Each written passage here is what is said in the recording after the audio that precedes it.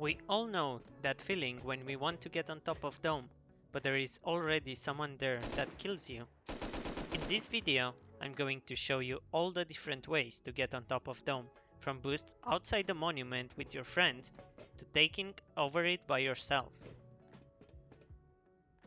The first thing that I want to talk about is the main route from the main entrance that everyone is already using, and why is it a bad idea to use it yourself?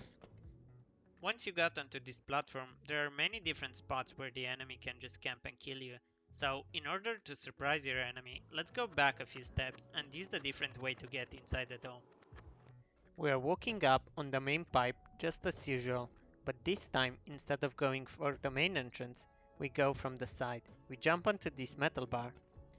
To prevent falling, hug the bar and run until you can't move up anymore. Then you have to do a jump like I do and turn. Once we turned around, we get to one of the external rings of the dome. We just have to turn around once again and we just walk up to a crack.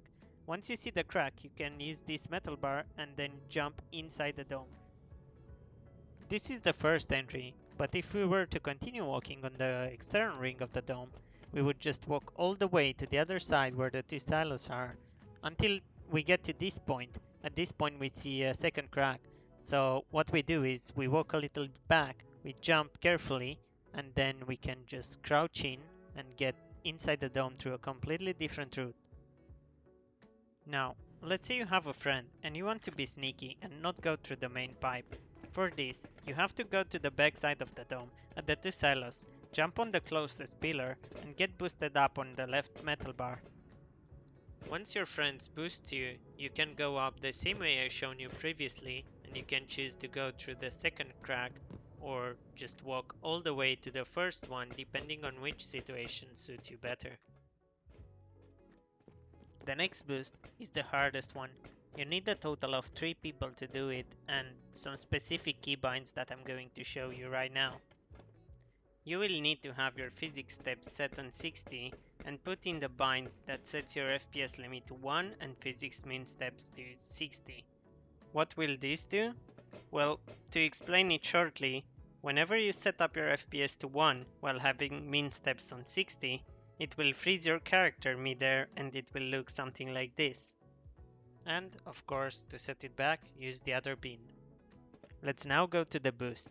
You need to go up on one of the silos that have a ramp above it. Once you get there, the player that will use the 1 FPS bug will look at the fence, position himself in the middle of the sheet metal, get on top of it, and then look right in between the two pipes. Now, just go forward, jump, and activate the bind. This should create the perfect bridge for the other two players to get onto the top of the ramp. For the second boost, you have to position yourself on top of the protective fence, close to the highest edge in order to be able to jump on top of your friend's head and then on the dome's ring. So, just like that, you find yourself closer to the top than any other path. Now that we know all the ways to get inside the dome, let's talk about how to get on top from a different pathing than the usual one. If you and your friend manage to get into this part of the dome without getting killed, you can make a boost like this one right here. Then walk all the way to this platform where you have to jump on top of a bar. From the bar you have to do a high jump. Now after the high jump, continue walking onto the external ring and you can find yourself in a spot that will definitely get your enemy off guard. But of course, if you are alone or this jump seems a bit too difficult to make, there is still one more way to get on top of the dome right above your enemy. Just go on the normal pathing, and when you get here, you can see that there is a broken piece of the dome where you can actually walk on, but be careful because it's very slippery. Keep on walking forward until you see 2 pipes on your right. Look at them, jump in between them, and keep on jumping until you are on top. Now, if you go to the left side, you'll probably be above your enemy.